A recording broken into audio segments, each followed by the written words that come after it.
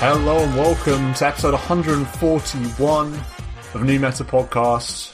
I am your host Stan, aka The Magic T, joined by Marco and Adam as always. Marco, it's a beautiful day, the sun's shining.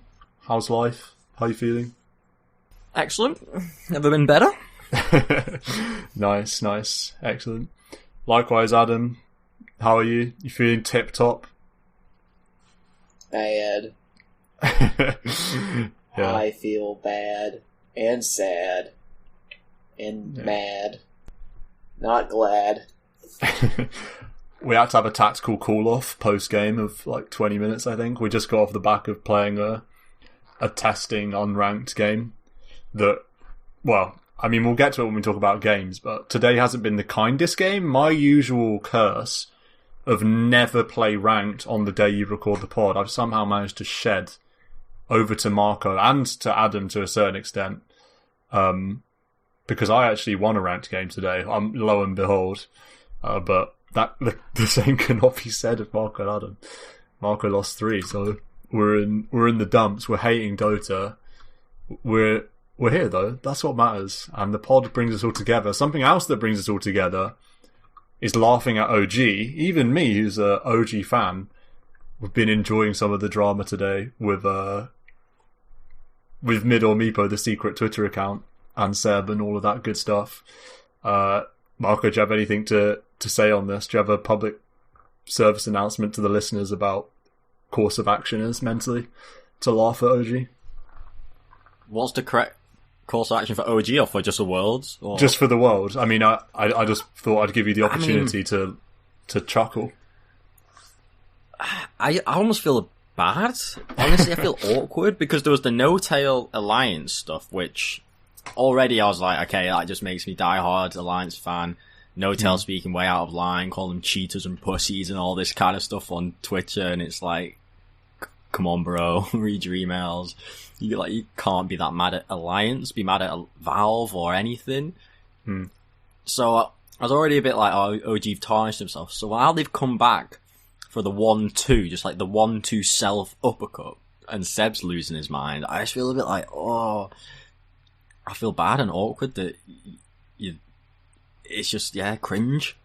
I don't really gain anything from OG making themselves look like idiots. I gain from watching them in Division 2 and watching them get slapped by Alliance. But this is some serious shooting yourself in the foot. Seb's flipped off way too hard, and yeah, I don't know. I don't know. Yeah.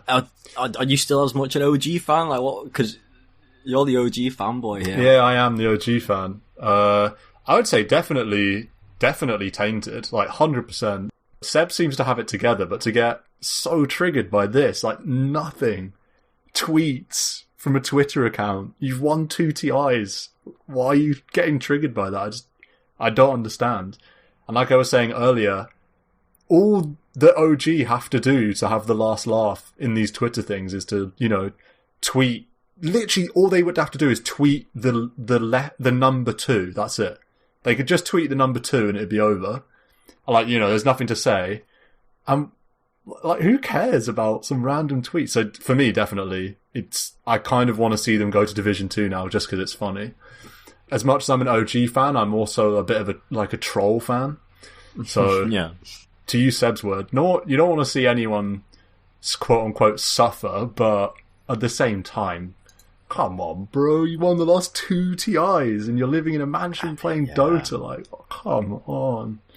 It's strange. I mean, is there stuff behind the scenes and like Sasuke and Anna are on life support or something, and it's actually like really heavy life at the moment that we don't know? I don't think definitely. so. Like, well, there'll definitely be some of that in the sense that for Seb to tweet this and talk about hitting people while they're suffering, that like OG are taking it super hard, that they can't qualify for a major. They're definitely taking that hard. But at the same time, it doesn't matter. That's irrelevant. How hard you take it is irrelevant to whether or not tweets should make that worse. Do you know what I mean? There's going to be loads of Reddit comments every time OG lose being like, Omega lol, everyone's trash. Like, it's nothing new to get kind of flamed in a somewhat light-hearted way when you're the champions, double champions, obviously you've got an even bigger target on your back. So it's not like they're new to being flamed. It's not like it's the first time ever people have made fun of them or. So I don't know why this straw broke them. This one more tweet. What do you reckon, Adam? Fluked TI and now can't take some heat. I just can't stand them. Well, you won't So have to stand them, even if they don't qualify for anything. No, I mean, I have to reserve all... They're the ultimate storyline team, so I can't be happy truly until they are knocked out of TI or don't qualify.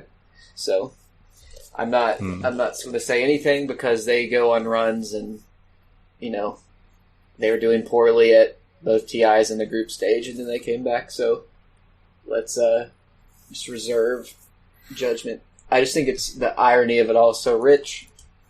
They're literally the team. I mean, we were talking about it. They're the team that's like the most BM out of any team the last 2 years. And people love it. And they're like, rightfully so. You know, if you don't want to hear all the chat spam and the sprays and all that stuff, then just beat them, LOL. And now that people are finally beating them, and there's cracks in the armor, they lose all the cool, calm, and collected persona that they've been putting across. So... that is some pretty tasty tears to slurp up. I mean, they literally have an offended spray of Seb, just like hand to his ear, just like, "Ooh, you offended," and then they had the other one of Thompson saying "loser," like that did not get approved by Valve.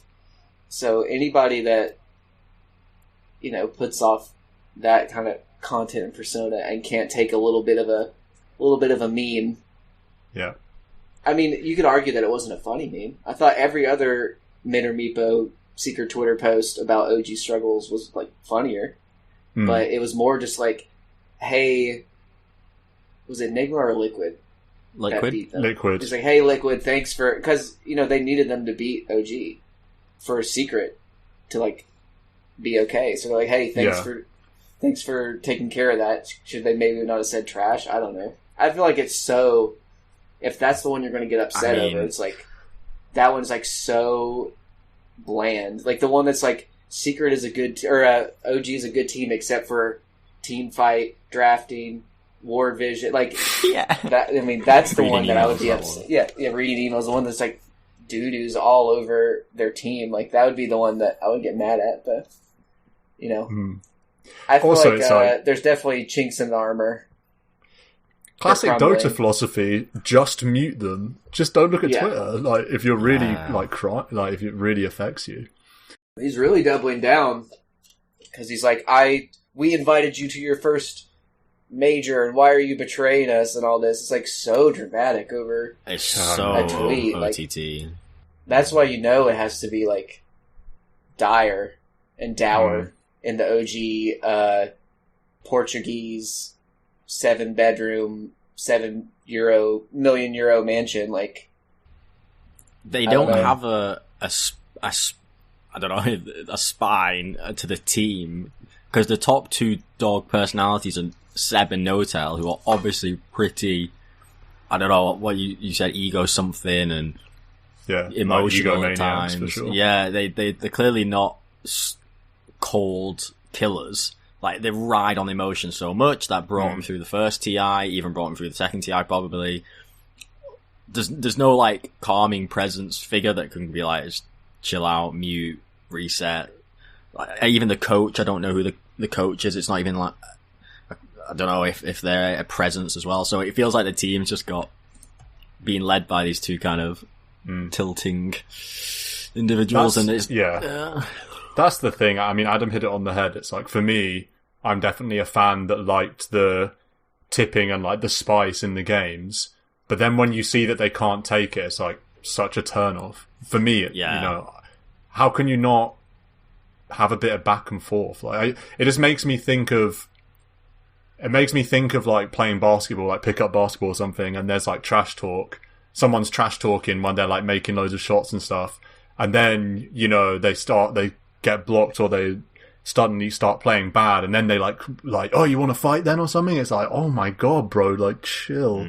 What is wrong with you? Anyway, That was some good it's drama, not, though. It's not. Do you want to fight? It's. Have I slept with your girlfriend without knowing you were with her? I mean, it's like you're doing a Shakespearean play. Yeah. It's like, or do you have any other reason to hate my team enough for you to drag down people that are suffering? Copy pasta. I mean, yeah, or are you simply a human piece of shit? Like, come on. A human piece of shit? What the hell? This guy did a tweet. So the only thing that is like, Mid or Meepo, like, maybe you don't leak DMs, but he's a memer, so of course he's going to leak somebody, like, Seb just losing it. Like, the meme potential's too strong. But there is something to be said for maybe you don't leak DMs. Yeah. I don't know. I don't know. I don't know. When you're saying something like that, it's like just too. I'm sure he's probably also thinking I need to cover my back because Seb's probably an influential person. OG obviously are influential. I don't want that other people coming for me because I've upset them, even though I've acted completely reasonably. So I'll leak the DMs, and I feel like you could see it plausibly. It's not like this is some team secret, like coordinated strategy. It's not like Mid or Meepo only memes on OG. Like, he memes on literally every team, including Secret themselves when they lose. So, I don't... It's just whoever is the big Dota storyline at the time gets memed on. And also, failing to qualify for a couple of majors is like... If that's breaking you, again, we don't know. Maybe there's, like, personal stuff going on, but, like, we don't know about that. So say that it's not. That compared to being knocked out of TI or having a terrible TI performance, which, to be fair, OG have had, famously in the past. Maybe it's been too long. I don't know. But anyway, that's some fun drama, though. Some good stuff. Maybe we'll find out more about OG and their situation, if there is anything, or maybe it's just Notel and Seb can't deal with losing and not getting to qualifiers and stuff. Or rather, not being able to skip on the qualifiers and stuff. Anyway, moving on a little bit, big news in my world. I made a Dota 2 Reddit thread the other day, about 3 days ago, that you're not even aware of, and it was after I paid for the cut gold, money well spent now, but I bought gold tier support for the cut because I like their voice lines. And then I went in game and they were so quiet, you couldn't hear them if there was any spell or anything happening at any point, you just couldn't hear it. So I was sad, and I made a Reddit thread saying, can you increase the volume? And then the next day, the volume got increased. So I'm not saying that I've got a direct line with Gaben, but yeah, ... All I'm saying is I make a thread and it happens, so there you go. So I was very pleased with that.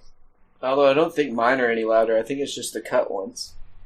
It's the cut and B8 and No Ping Esports, I believe. Those three got increased volume. Or at least those were the ones that were really quiet that people were complaining about. Any word on the DPC? We mentioned it. I feel like there's not a whole lot to say. Is there? Alliance 1. It looks like Quincy Crew are going to win in NA. Yeah. Secret sneak into the major wild card with Nigma. Yeah, that's right. And South America's quite mildly interesting. It looks like Thunder Predator, for all of their brilliance in the first major, they're not going to make it this time, which is quite sad. Beast Coast are going to be there, who should have been there last time, and it looks like No Ping Esports are going to be there as well. So that's quite exciting. Not a whole lot else to say. VP doing well. Southeast Asia qualifiers. China, who are on a completely different schedule and they've still got games to play. Oh, they've only got one set of games to play, so we'll see what happens there. But our boys Elephant might be able to qualify for the wild card. I don't know, but lots of stuff going on. It's mad how soon the major is. I think it's only 2 weeks. Tomorrow or something. They come round quick. The content of DBC is phenomenal. We'll go to games then. Marco, you've written a few things here. You've written party mentality is game losing in solo ranked among back-taking offlaners. I don't know if you want to elaborate. How have your games been? Yeah, so obviously today's been a tough day. 3 ranked losses is pretty sad. And so I wrote this party mentality because I think it does happen when you play party games, in particular, you're on comms with people. The way you play and think and communicate is so different to solo. But then I play these party ranks, say yesterday, last few days, go into the solo ranked and kind of have that same mentality of, yeah, you want to communicate, you want to work together as a team, you want to be kind of suggestive of what to do, you want to play a team game, and then it just felt like it just didn't click in these solo games, and I was like, in hindsight, it caused lack of focus, you have these pointless conversations. I try and kind of do plays which I think are right, but because you can't be certain other people are on the same page, you're better off doing the sure, safe thing, which in my games would have been farm a bit more, don't try and make the fights happen, or it all these little things come together to then just to knock your solo ranked game off, when I think the optimal had to be just kind of don't speak to anyone, don't listen to anyone, just play a really solo game, because you can't depend and you can't communicate with other people the way you can in party, and it did knock off my game a little bit. But the biggest trend of my 3 ranked losses were the offlaners. I'm back to hating offlaners with very good reason. Let me just rattle them off. So in the first Let's get the stats out. In the first one, so I was a Luna. Just crushing the Luna as per usual. 22 minutes into the game, I've got an Axe who's 1-3-1. And I'm like, and so this is one of the party things where I'm speaking to him and it's unproductive and it kills focus a bit. And I listened to him with one move, and I shouldn't have listened to him. We both tried to gank his Crob. I should not have listened to him. I should have just kept farming. It's a low probability kill. We both die. That's, to me, the biggest game losing moment. Really just bad. But I was maybe in response to this a bit toxic. I'm like, what? This is... I don't think I was toxic. It was more just... I said at some point in the game, you need to be more active. You've got 2k plus A in 20 minutes. Like, what are you doing this game? You're farming as heavily as Luna. I've got 7 involvement because I've still been meaning to do stuff, but I need to farm. I'm a Luna pos 1. Like, please can your pos 3 go make space? 2 kills and assists in 22 minutes is disgusting. And then he actually came back and was like, what are you chatting about? I got the safe lane, enemy safe lane, tier 1. I've been doing stuff. And I'm like, my brain cells just exploding. It's like 20 minutes in the game and he's making this comment to defend himself that he's got a tier 1 tower. So anyway, an Axe of 2k plus A in 22 minutes is very shit, but yeah, the mid-def Prophet kind of won it by being half decent. Again, just kind of shit quality. The next one was worse though. Pos 3 Pudge. Yeah, Pos 3 Pudge. I don't even know if you need to say anything more than that. Probably not. Can you win ranked with a Pos 3 Pudge and they've got a Smurf Ursa in the safe lane? It's gonna be hard. Was hard.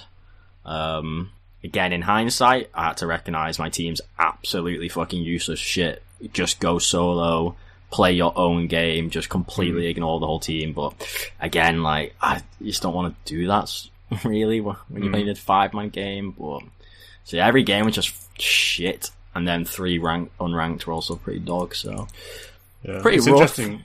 Yeah, rough. It's interesting what you say about the party mentality, because I have that also with some heroes as well.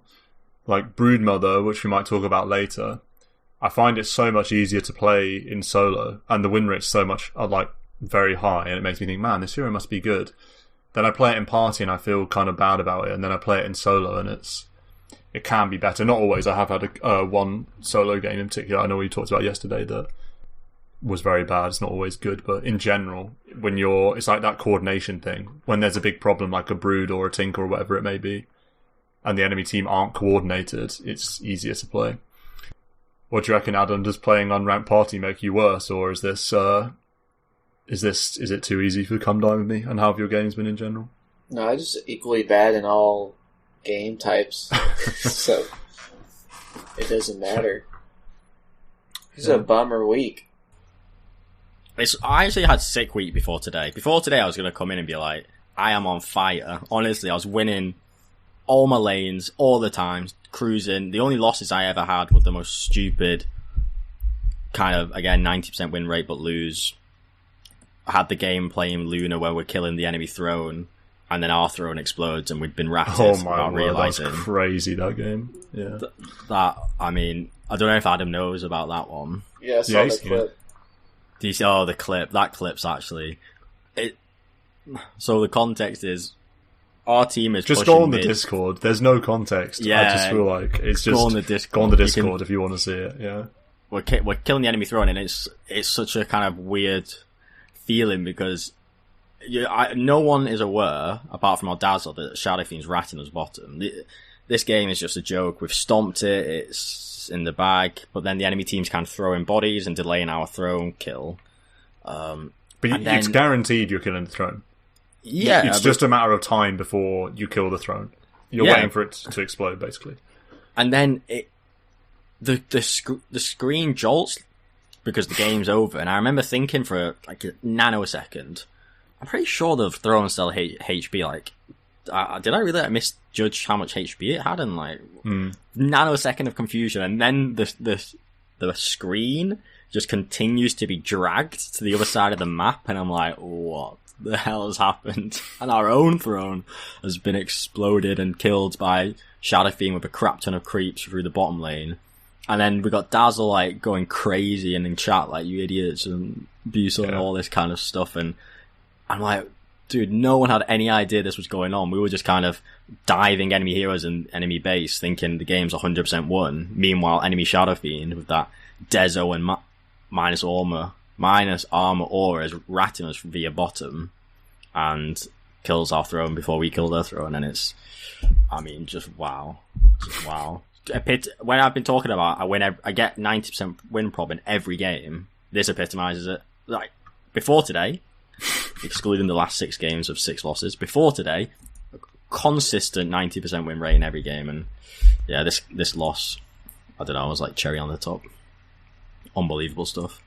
And it was funny, Dynamic was watching it live, and I think he was just like, what the fuck, what happened? And I messaged you, Stan, I was like, oh my god, did you see that? And you were like, no. And then 2 minutes later, I get a message from Stan, like, what the fuck just happened? Yeah, I didn't see it either, and I'm literally watching the replay with free camera, just over your throne. Not your throne, sorry, over the throne you're about to kill. Then it jolts, and I have the same moment of like, oh, what? Like, what just happened? How? Yeah, that was bonkers. That really was bonkers. My games don't really have anything to report. I played 6 games of Broodmother in a row. How do we feel about that? That's pretty good stuff. What win rate? 3-3. Respectable. 50% win rate Broodmother player. World class. I played 3 higher. games of Dark. It should be high, yeah. Yeah, maybe... I mean, we'll talk about Broodmother later, I think, for a while, but... So I won't go into too much detail. And then other than that, I played a Witch Doctor game in Ranked today that was very, very good. And I've been wondering what 5 to play in Ranked, because I want to get a bunch of tokens, and so I'm getting 5 a bit. And Witch Doctor, I think, is the answer now. I sort of thought, I'm not a Witch Doctor player, it's going to go bad. And then actually it was incredible. I finished with more kills than any other hero in the game. And a lot of damage and farm and all that good stuff. So that was very good. Witch Doctor does so much damage, it's ridiculous. Being able to just solo kill a core with Maledict and your ult is just so crazy. Like, no other support has that kind of damage, I don't think. We had that. We had an unranked game where the enemy had a Witch Doctor that 1v5 does. Yeah. It is possible. Yeah, so other than that, I don't really have anything to report. Adam, anything you want to name check or say, or are we happy to fly into Stat Corner? I've just been losing a lot of games to heroes that aren't building defensive items, and it's making me mad. Just like Ember Spirits, that the only item they have is what's the BKB pause, or the tier 4 item? Minotaur Horn. Yeah, it's like they'll have just a Minotaur Horn, or a Puck that literally has no save whatsoever except for her skills, like no Yules, no Blink, no Force, no anything. No BKB. I'm just tired of like losing to these glass cannon heroes that should have like drawbacks. So it's very disheartening. But probably about the most fun I had was a 4, 8, and 17 Razor game where I was safe lane Razor. And all I had was a Lotus Orb and we won in 29 minutes. Because everybody else was so farmed. You just throw a Lotus Orb on somebody else and run in. And it's okay to die. I played some ranked Spirit Breaker. Started out pretty good, and then I lost a couple Spirit Breaker games, which doesn't happen. And that made me sad. Because you shouldn't lose when you pick that hero. And, I lost that one game. I had a Brood off lane, and the enemy Ember Spirit had Battle Fury, Sanj, and Yasura, Daedalus, Double Rapier, Boots of Travel, Minotaur Horn. Couldn't kill him. Literally no, like, playing Brood, or playing against Ember Spirit when you have a Brood on your team is just infuriating because his Sleight of Fist lasts so long that you can't do anything. Yeah. That was a rough one. Apparently we killed him one time and he dropped a rapier and we didn't see it because there were a ton of spiders over it. And so they just walked over and picked it up again. That feels bad. But I think Brood's a good hero. I guess we'll get into that.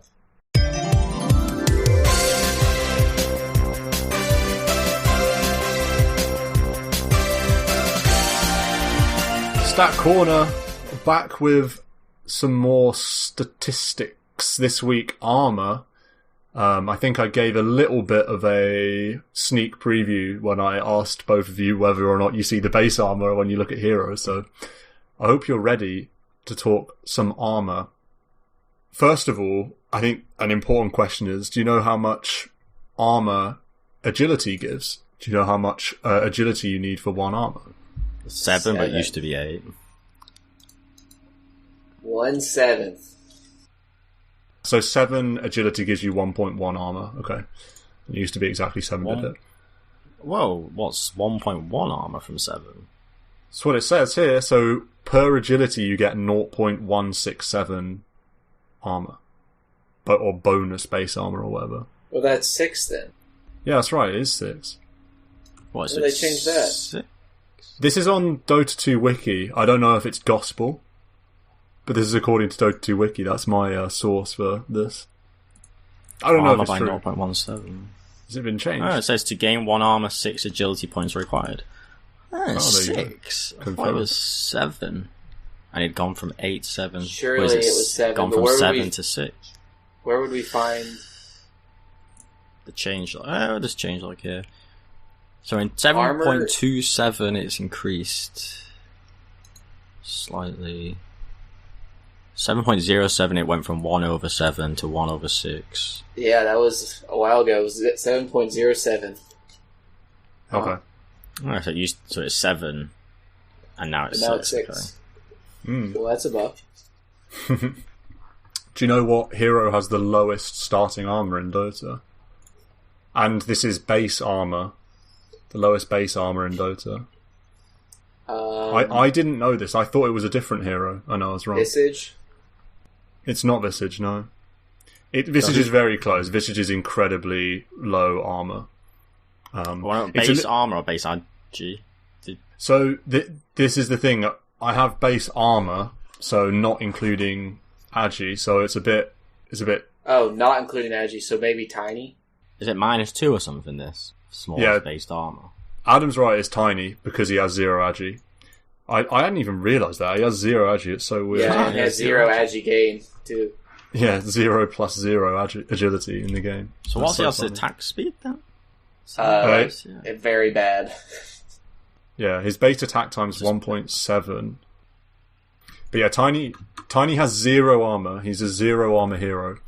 I'll tell you that Puck has 0.7 armor and has -3 base armor. So Puck is very low armor. We've also got other heroes like Skywrath Mage, 0.2 armor. So that hero starts with minus... Oh, where am I? Wrong page. God, this stat corner's a shambles. It's because it's difficult because I've got a list of starting armor, but it's... To what extent does it matter what starting armor is? Base armor. You want to know what armor they actually have in the game of Dota with agility. So I need a list of that, really. But let's go to the other end of the spectrum, which is a little bit easier. Do you know the highest? The highest TB? armor hero? Yeah, TB would be the guess. Yeah, Terrorblade, 8.7. It's incredibly high. Do you know the next best? There's a hero in this top 3 that's very surprising, Ogre. to me at least. Yeah, so Ogre's the other one. Ogre has 7.3 armor. And Techies was armor. Techies was cart. 7.3 armor is the same as Ogre's. That's pretty crazy. 7.3 armor on Ogre Magi. That's kind of bonkers, actually. Let's do some that are a little bit easier then. Let's move away from heroes and starting armor and all of that confusion with agility and adding that back in. Let's go to some abilities and some items. Can you tell me what armor you get from Assault Cuirass? This is a famous, infamous armor item. 5 and 5 in an aura. Yeah. Oh. So 10? I think the aura is 5, yeah, but I think you maybe get Or it's 10, 15. It's 10 and 5 in an aura. Yeah, 10 and 5 in an aura, I think. Because you have the plate mail plus buckler. So if buckler or plate mail's giving 10. Yeah, that's right. Yeah, so it's 10 armor to the carrier, and then there's an aura ally armor bonus 5. So, and there's also obviously enemy armor reduction 5 as well. So the aura is 5 armor, and it's 10 armor for the holder. Does that mean that you benefit from the aura and the armor? Yeah. So you have 15 armor. Yeah. Yeah, that's what that might be my guess as well. Here's a very popular item, Solar Crest, at the moment. Do you know how much armor you are bestowing upon your ally when you use it on them? I want to say 8 or 12. That's quite a bit. No, 8. I'll go 8. I think it's been nerfed to 8. So it's 6, actually. It's only 6. Wait, Solar Crest? Yeah, Solar Crest. I reckon Grants, that could have been. Yeah, so looking at the changelog here, attack speed nerf. So armor used to be 8 in 7.29. Before 7.29 it was 8, now it's 6. Interestingly, Medallion's only 5. So there's only one better than Medallion, but obviously you're adding in all those other benefits like attack speed and all of that good stuff. Can you guys think of any other armor? I mean, I've got a list of them here. Any other armor? Yeah, so what's the armor reduction on Deso? I want to say 7. The duration's 7. The armor's not, though. The armor's something else. 6. Yeah, it's 6. It is 6. It probably was 7, and then when they changed the armor, whatchamacallit? The armor formula? Yeah. Right, yeah. I don't know. Yeah, so I'll just run through some of these. So Blightstone is armor reduction of 2. Orb of Corrosion is an armor reduction of 3. Orb of Destruction, the neutral item, is an armor reduction of 4. Oh, Medallions, I always thought that was 3. Yeah, Medallion's an armor reduction of 5. Crest 6, and Desolator 6 as well. Stygian Desolator is an armor reduction of 10. And interestingly, the armor reduction on Mask of Madness is 8. So when you use Mask of Madness on yourself, you're reducing your armor by more than a Deso. It's like having Deso on you. It's really detrimental. Crazy. Dangerous, yeah. Yeah, I did that today as Finn, just on like a hard camp at level 5 or something. I was like, geez, this hurts. The life still does not make up for it yet. Yeah, definitely. And I think bearing in mind those items, it's good to then, just from a learning standpoint now, talk about some of these abilities.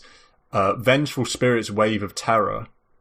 It lasts 8 seconds, so 1 second longer than a Deso.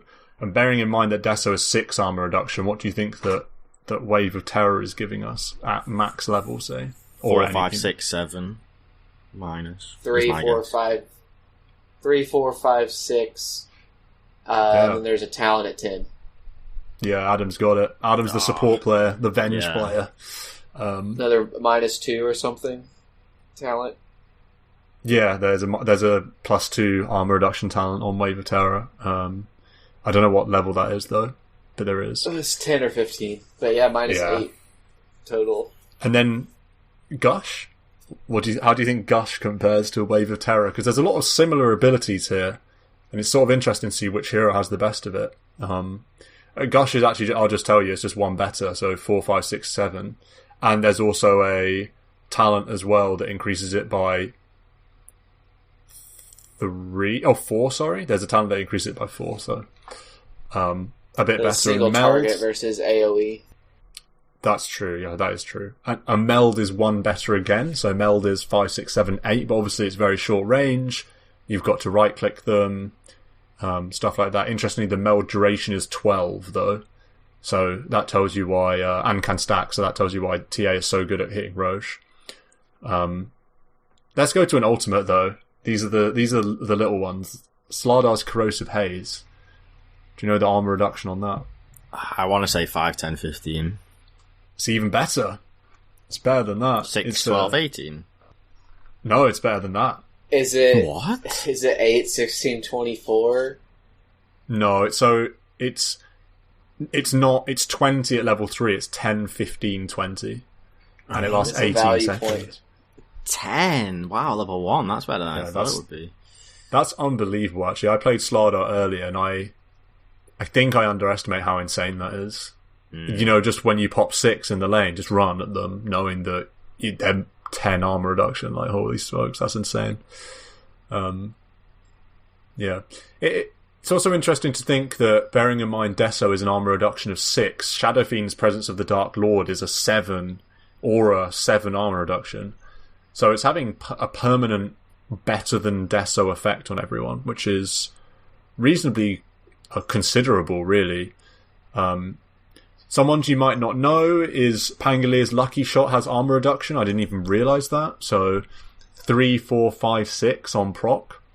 I wasn't even aware of that. I thought it was just a slow and a disarm. I didn't realise I was also losing 6 armor. So there you go. Pango being an annoying hero as usual. Razor's Eye of the Storm is 1 armor reduction per strike. I also wasn't aware of that. Yes. And Weaver's Swarm confuses me. So do you want to just clear this one up for me? I don't understand. It says armor reduction per... Yeah, the longer the bug bites you, the more minus armor. That is interesting. So I genuinely didn't know that. I thought it was just it's like base Static armor Storm reduction. dealing more damage at the end. So that's why you really want to get the bug off. And why it's really important to keep the bug on Roche, because it keeps ticking down. Ah, I see. There you go. Learn something every day. I'm the one that's meant to be doing Stat Corner and I'm learning. How much is that? Like 0.75 per tick or something? It's a 1 per tick. But then the tick interval decreases. So it says it can reduce up to 14, 17, 19, 23 armor, level 1 to 4, which is crazy. If you get full duration Swarm, at level 1, 10 armor lost. If they're not killing it. Geminate attack. Double up. Double value on the minus armor. Yeah. Yeah, so that's why you get the talent to make it harder to kill the Swarm, because not only is it vision, it's that minus armor more reliably lasting for longer. Yeah. Finally, just to run through some more, we've got Chaos Knight's Reality Rift, which is 3, 4, 5, 6, which is the same as Wave of Terror. And we've got Alchemist's Acid Spray is 4, 5, 6, 7, and that's quite a big AoE, so reasonably considerable. Vlad's Aura giving 2, Ring of Aquila giving... Vlad's Aura giving 3, Ring of Aquila giving 2. A few other items here and there. Armlet, Buckler, Helm Dom, that good stuff. Shiva's has got a big one, hasn't it? 4, 15? Oh, just armor that it gives you? On Shiva's. Yes. 15? It's not written here. But yeah, I think it would be 15, wouldn't it? Yeah, 15 with 30 int. Oh, but Shivas, need to buy me a Shivas. Well, that's Stat Corner then, until another week.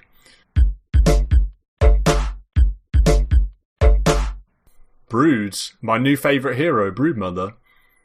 Yeah, so I guess I'll just intro some thoughts on Broodmother, and then we'll get it into a wider discussion, get some thoughts. You've all had the misfortune of playing in a game with my Brood, so I'm sure you all have some opinions. First of all, just on this hero's win rate, it's got an incredible win rate across all levels, but particularly in Divine Plus. So the win rate this week in Divine Plus is 57.5%, which is the highest of any hero in Dota.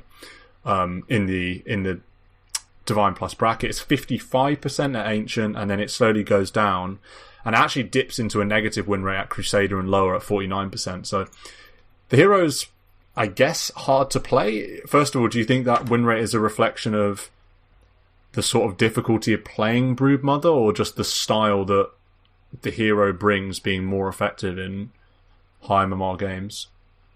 I don't think the hero's hard to play. I guess maybe people are intimidated. Yeah, I don't think it's hard to play. It's certainly easy to play pre-6. The laning is no quite more straightforward. spiders. Yeah. The one thing I would say is that it's not hard to play, but it's hard to play really well. And by that I mean, when I watch pros play this hero, and I've seen a few, I watched Quaitfer's player perspective against OG, I watched a couple of Dota 2 pro replays as well. The way they use the spiders when fighting certain heroes is very good. So the skill ceiling is high on the hero. You know, they'll be against a hero that has the potential to burst all their spiders, and they'll engage with, say, their hero and maybe 3 or 4 spiders, or maybe 10 spiders, and leaving another 15 at the side. The hero uses their combo, and then they bring the other spiders and stuff like that, trying to like bait combos in cost-effective ways for the number of spiders you're going to lose. So there is like fancy schmancy stuff you can do like that, but in general the hero is very easy to play. The first time I played it, in the lane went extremely badly, and then it went a lot better. This Q, that's all you have to understand for the lane, is that you get 1 point wonder, Insatiable Hunger, and you can heal fully just from right-clicking through that duration. And you can, no hero can trade with you when you've got your Q up, and you can get some very cool turns. You can get some very cool rundowns if you get your Orb of Corrosion first item, which I certainly think is the way to go. You don't need Soul Ring until you're level 6, so there's no point in getting it first item. You don't use mana anymore, really. Yeah. You're not going to... Web is not expensive to begin with, and you also don't spam them. Like, you just plop the 2 down in the lane and you're good. And then, like you said, 1 point wonder on Insatiable, and then the Bola, you can't even spam that, really. Like, it doesn't have super low cooldown, so it's just... Yeah. You're just a right-clicker. Yeah, definitely. You're a right-clicker that... I'm not sure the best way to play this game. Part of me thinks the best way to play it is to tri-lane your other lane and just let Brood solo. Because the Brood... It's fine to solo because of the mobility you have with webs. You're really hard to kill because you can obviously have unobstructed pathing through trees. You've got Bola with a crazy miss chance. It's, I think, 40% miss chance. And you've got Insatiable Hunger to heal up to full on a... And web regen, too. Yeah, and web regen. So the lane, to me, feels like... I'd almost love to see them tri-lane for my carry and get my carry to have an amazing start. I'm going to pop off when I hit 6 anyway. So all I'm doing is trying to get solo XP for 6, and then that's good time. I'd rather do that. Some lanes you can dominate and you can get kills. Just look at Game 2 Liquid versus OG. Oh, yeah. Like, Sven AA, they were saying in theory should be able to deal with a Brood. It did not go very well. From evidenced by Quaitfer's 10-0 and 15 performance. So they almost killed him one time, but he popped a Fairy Fire and Insatiable Hunger and went back up to full and got a double kill. Yeah, and in lanes where that's a possibility, you just get Bola at level 3 and you're laughing. Usually you're going to get webs and then Q and then maybe another point in web, maybe a point in bowler. That's a decision, but I think the value point in bowler at level 3 is good because you don't need more than 3 webs anyway at level 3. So I'm a fan of that now, as the web, hunger, bowler, and then max web and max bowler. Yeah, Getting your 3 point webs. 3 webs in the off lane gives you the full lane plus the big hard camp. Yeah. What more do you need? Once this hero hits 6 and you've maxed your webs, you're flying. There's no other way of putting it. You're flying. There are some heroes that are very annoying and can sit in your lane and D-push, but even then, like I had a game where an Axe TP'd from his lane to defend his tower. And you think, oh, well, how can a Broodmother kill an Axe? 2 spins and all your spiders dead. It doesn't matter. Like, it doesn't matter. You have bowler, you right-click with Insatiable Hunger, and, even if he calls you with a bunch of spiders, you're just healing through it. And then you have this 9-second cooldown 300 damage nuke. The Axe isn't surviving by himself against a Brood. There's no hero that can stand against Brood in the offlane, I don't think. The biggest trouble I've had is a Kotl, blasting waves from out of vision and then running to tier 2. And even then, I think the better Brood players, they don't even try and play the tier 1. They play in between the tier 1 and tier 2 and hit camps on that way and let the creeps hit the tower. They don't even bother hitting the tower. They go to finish it off. I had a pretty proud experience. I played a Deucer this last week. Played 8 Deucers in the last 8 years or something like this. And someone told me to play Deucer in rank, so I did it. The enemy had a level 25 offlane Brood. Oof. So pretty intimidating. And I was Deucer, but my support was an Ogre. And the Brood, didn't do what you suggested, skipping the wave. She kind of stayed in the offlane, webs in the lane. I guess went to the triangle to farm that and then come back to the lane. But it felt like it went well. I guess split shot with the Mystic Snake is good. Is more AoE or split damage than carries would usually have. And then the Ogre would throw an Ignite and just kind of try and right-click the Brood away from us. So that lane we had felt like it worked, and we got a couple of kills on the Brood, running her down. But yeah, that's the my kind of experience. Lane. Yeah, the thing, thinking about that lane, it's like, yeah, I'm surprised the Ogre survives. Because it feels like he's just going to get poked down and die by a Brood that can run like into trees and stuff. There are some heroes, like a Centaur with Vanguard, whatever. You just AFK farm and you kill him. You just out farm him massively. You're probably not going to kill him when he's got double edge and Vanguard. But you just accelerate like no other hero, I think. All you need is 6 and you just farm at 1,000,000 miles per hour. I mean, my very first game of jungle plus the wave. Yeah, it's crazy, and you can do cute little things like, I mean, it's not hard, but you can, bind one spider to one and just sit it in the lane. So if you're bad like me and you don't know when the creeps are where, you just see it and then you just run to the lane and kill it. I know it's mirrored, but come on, I need help. Yeah, and then you just farm. Spiders for, put one out like a treant to see if people are coming for you. The jungle wards are so good that, like, especially in the Radiant, there's so much vision that you can have. You really shouldn't be getting killed unless you get smoked on. Yeah, definitely. And, best case scenario, it's a great Brood lane. They can't do anything about you. You're taking tier 1 and tier 2 at 10. You're top net worth for sure, and you just sort of pub stomp. And then we get into this interesting territory where I think the Brood has changed. The build has changed a lot, and it's gone from a classic mid laner that builds crazy damage and gets a BKB and diffusal and stuff like that, and now it's this sort of pipe Greaves hero. Certainly the pros are all going pipe Greaves on this hero, and it's something I've been thinking about recently because it's hard for me to quite understand what exactly I'm supposed to be doing on Brood once I've taken the tier 1 and tier 2, and I can't go high ground because that's difficult. I've built this pipe and Greaves like I'm supposed to. Am I meant to then play with my team? But how can I do that? How can I play with my team when I've got to use webs wherever I go? Am I now just pushing the mid tier 1 and tier 2 instead of the off lane? And if so, my team aren't with me because they want to farm, because it's only 20 minutes into the game because you're so mega farmed.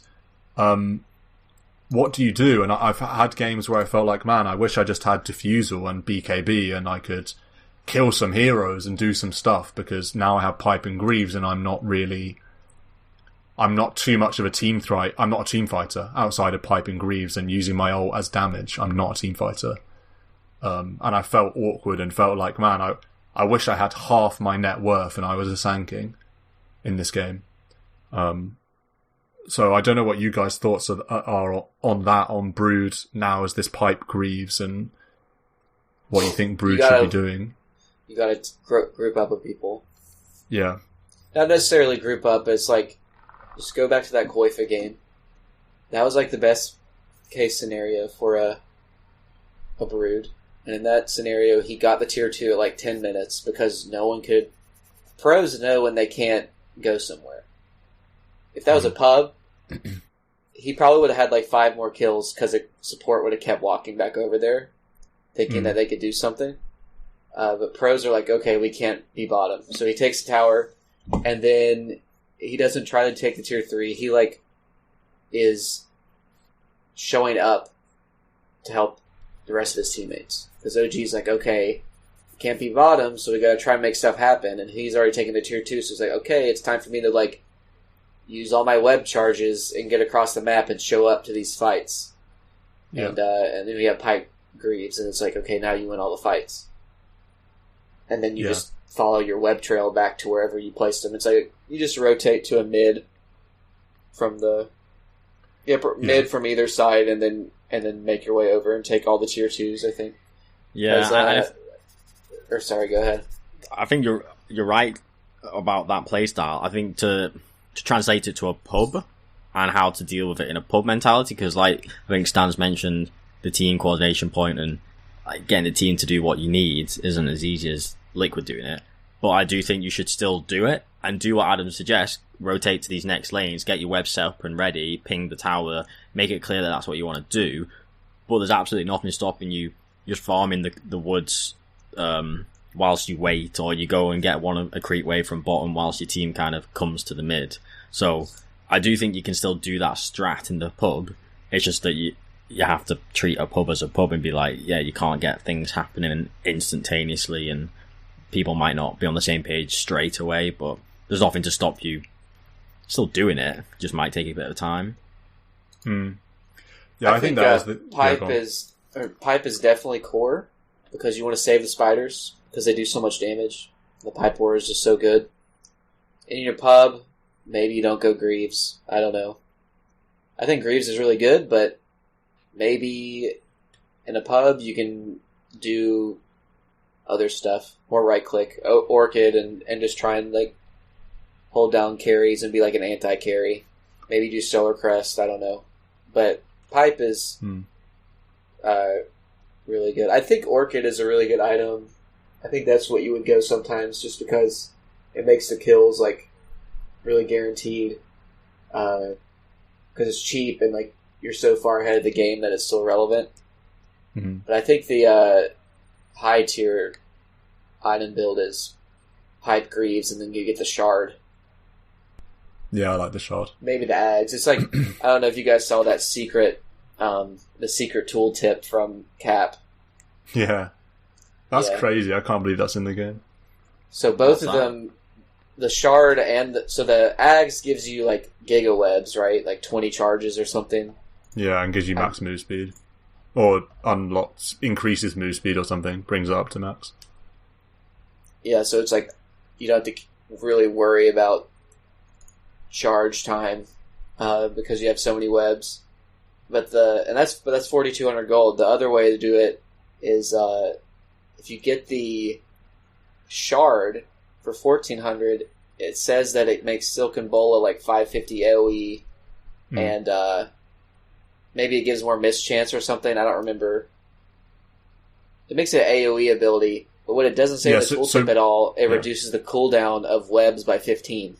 Like the charge. So replenish time or whatever. Yeah, so it's like you can buy the Ags. Yeah, it's like you can buy the Ags, or you can just stack all these charges and like regen them really fast with the shard for a third as much, and it negates the like I don't know 20's kind of overkill. If you know what to do with Brood, like you don't need that many webs to set up on something. Like your 9 is more than enough, especially if they regen twice as or like half as fast or twice as fast, however you want to look at it. Yeah, it's kind of like getting the Ember like 25 talent on your remnants or something, but for 1,400 gold. Yeah, and the reason why it's insane, Marco, is because on the tooltip, it literally just says, causes Silken Bowler to be a 550 AoE spell and increases the miss chance to 80%. Doesn't say anything about reducing the cooldown of web. And then when you hover over Spin Web, it's not mentioned anywhere that the cooldown gets reduced by the shard.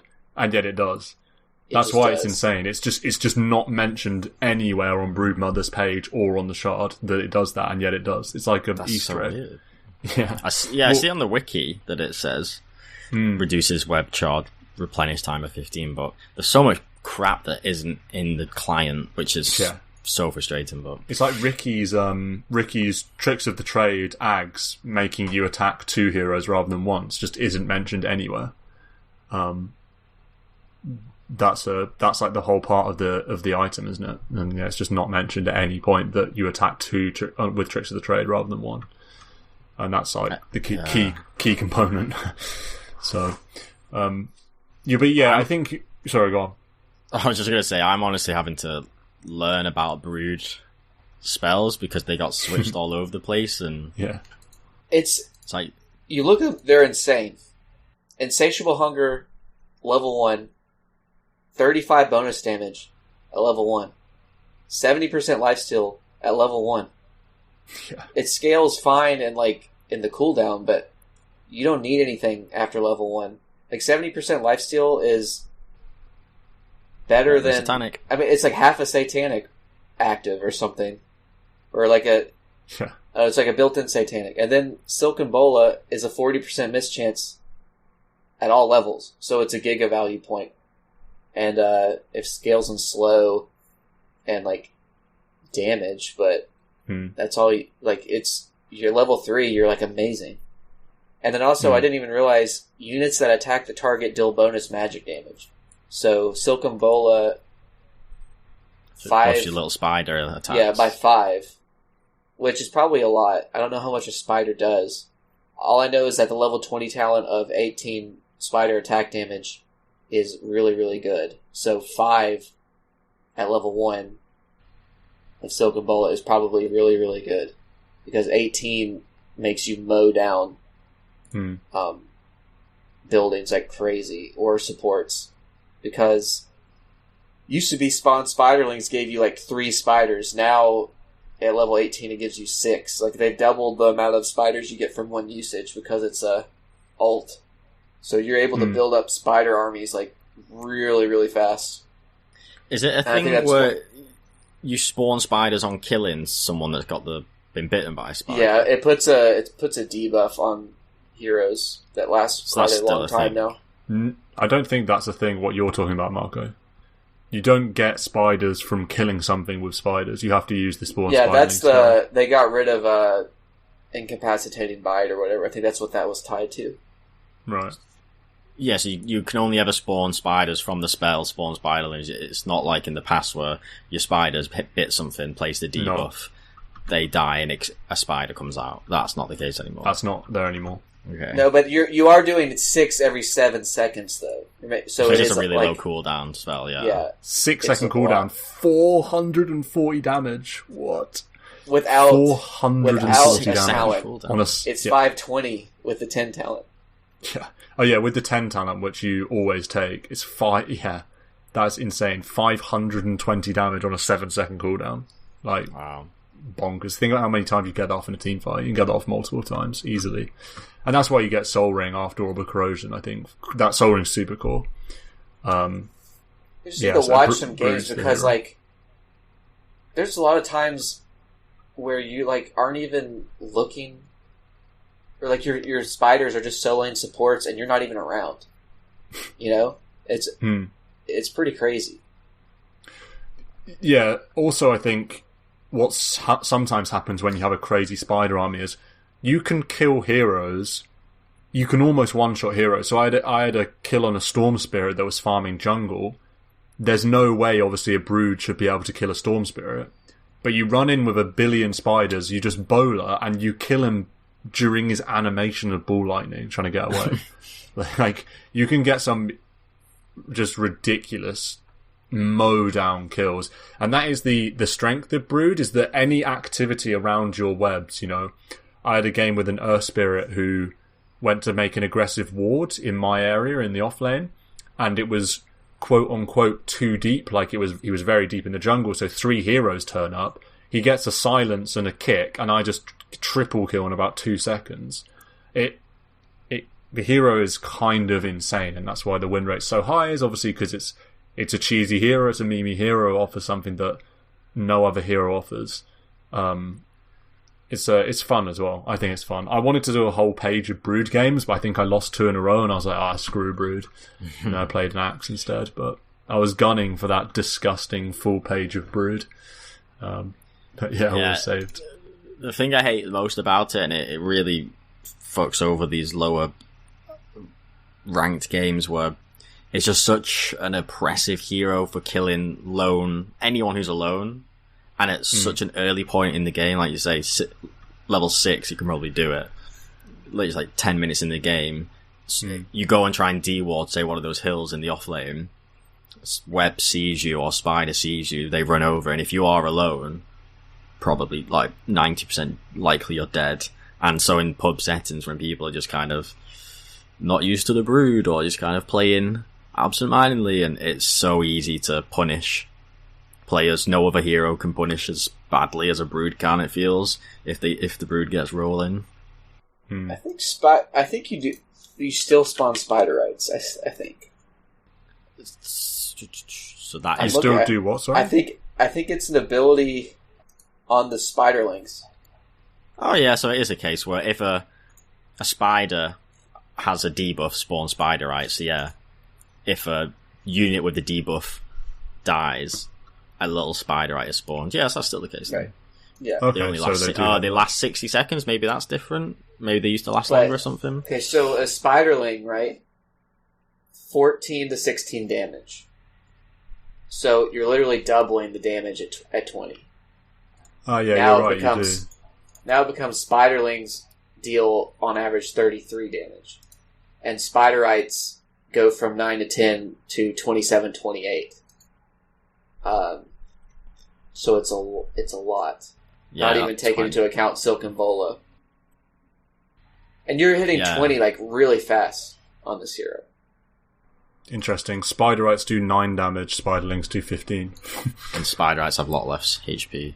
Right. But if you get the 25 talent with the health, all of a sudden Spiderlings have 670 health and Spiderites have 470. With a pipe, they're like really tanky. The only saving grace for me is that it feels like the Brood's strength is still the same, although the spells have been swapped around and stuff, that the Spider army is what's going to catch you out and suddenly kill you. And so that play style of you can't be alone, Brood's going to use webs to dominate part of the map. For someone who's never going to play Brood, out of principle, not because I'm shit at Brood, I feel like, you're still dealing with her in the same manner. It's just that her kit's been swapped around and to make her a bit better, it seems. I like that Brood is back to off lane. Rather than mid. Yeah, I like that. That's like how she used to be. Yeah. When she actually was picked as not a cheese hero. I guess she still be a bit cheese, but it's like it's a little bit different. You actually have a laning stage now. But probably because it's so OP and you want to like run over a dual lane with it. But back when it was a like mid hero, you would just farm every camp with Spiderlings and like just kind of do it that way. Hit 6 and then kill someone. But this is a lot more fun. That's the thing that makes Brood different now, is that the heroes that countered Brood in the lane don't do it anymore, right? because you don't get spiders in the lane, so there's nothing to kill in the lane. Yeah, so there's no magic nuke. It's just like, who cares? I have right click and a ton of lifesteal, so nuke me all you want. Yeah, for sure. And then late game items, I think it's the same sort of stuff. I do think Crest is an interesting one to look at. Hex, I think, is the one that I'm always reaching for when I play Brood, and I've got Pipe Greaves. I'm reaching for Hex. Yeah, I feel like maybe you go Nullifier if you want to get rid of Ghost Scepters or something. But like, yeah, that's a good point. It's Hex is very strong. No one's going to live AC is through a one Hex. to consider as well. Yeah, Like, no one lives through a Hex duration with that amount of spiders, unless they have something bit like Dazzle, or maybe Axe can spin enough. or they've got a Sange. Just don't get Hex for very long. But yeah, I know Yeah, like the only thing that's like been noticeable is like the game is significantly harder if the enemy has an Ember Spirit. Like the last 2 times I had a Brood in my team and we've lost, the enemies had an Ember Spirit, and and every other time we've like won. So not the hero with the biggest disadvantage though. Interestingly, I don't know if you guys can take a few punts at some of the heroes that Brood suffers against the most. Any of the top 5 here, we can have a bingo game for the top 5 worst heroes to play Brood Wyvern, against. one of them.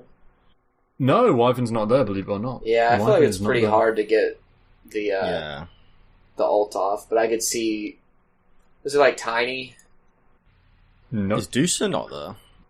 no, Sven? no. Sven is 6th, almost Okay, there so for Sven. It used to be, back in the middle days, it was Tiny because you would tree toss, right? Yeah, And kill you would just everything. you would just get a ton of gold. And I played against somebody that tried to do Darkseer meme where they would ion shell one of the spiders and try and kill the other ones.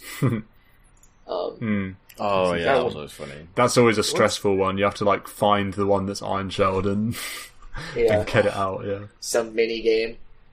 Yeah. I think. Oh god, what are good Lesh? heroes Is against? that good with AoE? Lesh is up there, but it's not even in the top 10. But it's sort of like 11th or 12th. Do you want me to? No, I'll give you an obvious one. No, I'll. What? Not even Timbersaw? None of them. I need to look at a hero list. I think 2 of them you'll find very surprising. I think 3 of them you'll be like, oh yeah, of course. So the second hero is Earthshaker. Yeah. Because you just one-shot Brood with ult. The worst hero, or the hero that's best against Broodmother is LC, Legion Commander. 7% advantage. Because you echo basically with your Q. Yeah, you do so much damage with the Q. The more And units, then the lockdown as well, so good. The 4th best hero is Meepo, and I recognise that. I absolutely love playing against Brood as a Meepo, because you net the spiders. If you ever net the spiders, or Brood, doesn't matter either. Poof in the Meepos, of Brood's dead, or spiders are all dead. It's beautiful playing Meepo into Brood. That was always one of my favourite things when I play mid and I last pick Meepo and they last pick Brood. It's just like, oh, it's just like a warm bath. Adam, your favourite hero, your Space Cow. Oh, yeah. Is apparently the 5th best hero against Broodmother. It is quite good. Spirit Breaker. Yeah. From a lockdown standpoint. Like, you don't deal with spiders, but sometimes all you need, like, the most underrated aspect of that charge is the vision. Oh, yeah. It's so good against a Slark or a Brood. You just, like, they can't hide. And interestingly, the hero that's 3rd best against a Broodmother is a carry. It's a position 1, and it's not Sven. Sven is 6th, like we went over. I don't know how intriguing this is for you. I wouldn't necessarily think this one. No, it's not Troll. Really? Troll's up there reasonably. Monkey King's up there as well. The list of carries in that game, the casters said there was a list of carries that were okay. Like, there were only like 4 that you could pick against Brood, and Troll was one of them, and Sven was one of them. I don't feel like this should be up here, but Bloodseeker for Rupture. Bloodseeker's very high. Bloodseeker's high. It's higher than Monkey King and Troll, but it's not Bloodseeker, but it is very high. Terrorblade Pango? and CK do okay as well. No, not I Pango. think Is that? Albert the Chemist is good. Yeah, but- Alchemist is up there as well. He's 7th. We're close. What? We keep Kunku missing this carry. is up there as always 8th. Yeah, you're missing this carry here that's the 3rd best. 6% advantage against Brood. Agility. Gyro. Brood only has a 42% win rate against this hero, which is the lowest apart from Meepo. So Brood's win rate against this hero is other than Meepo, it's the worst win rate in And the it's game. not Gyro. It's agility and it's not gyro. It is agility. PL. No. Okay. Phantom Assassin. You're close No, wait. with PL. I was close with PL. Yeah, in terms of what the style of hero. I was going to switch to Slark after that. An agility carry that you haven't quite Naga recognized. Siren. Naga Siren? The Naga net? Siren, it is Is that indeed, good? yeah. I think it's just the Riptide. I guess the net and the Riptide and Tanky armor. the Lockdown song is good. Song into setup maybe as well. Yeah, she's pretty good against Brood, I guess. Yeah, there you go. Naga Siren. Pick Naga, win pubs. That hero's Pick got Wraith no King, win pubs. pick rate. Let's look at 112th in popularity for Naga. That's Yeah, I damn. believe that you'd never see that hero. It's Brood. Let's click on Brood and see it. 106th. Trending I up in the rate pick rate Naga though. Siren. Yeah, it's got a much higher pick rate in higher MMRs, obviously. It's got almost 10% in higher MMRs. That's quite remarkable for a Broodmother.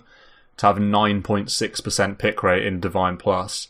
To think that you're playing with a Brood in 1/10 of your games is higher than And it it's should not be. I even think. last pick anymore. It's like not even the gotcha guy. It's just, hey, this hero's really strong. Deal with it. Yeah, totally. I haven't got a whole lot more to say on Brood. I'll play it a bit more. I will play it in a ranked. I'll play Broodmother in a ranked before next episode, so that's mildly exciting.